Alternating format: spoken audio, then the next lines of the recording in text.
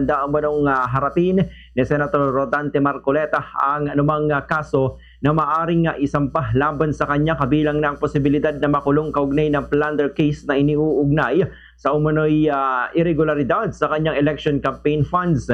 Ginawa ni Marcoleta ang pahayag kasabay na ikalawang araw ng kilos protesta ng Iglesia ni Cristo o INC, kung saan sinabi niyang hindi siya nababahala sa anumang legal na hakbang na maaring isagawa laban sa kanya. Iginit ng senador na handa siyang harapin ng anumang reklamong ihahain laban sa kanya sa pamamagitan ng umiiral na proseso ng batas.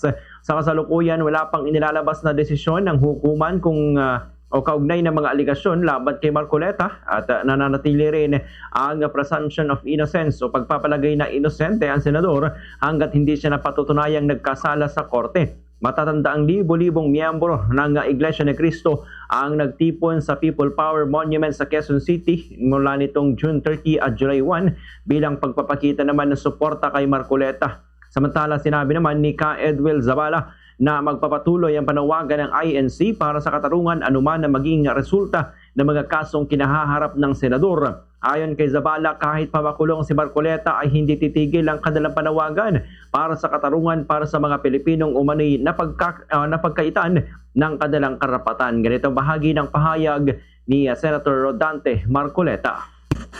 Nakahanda po akong magpakulong.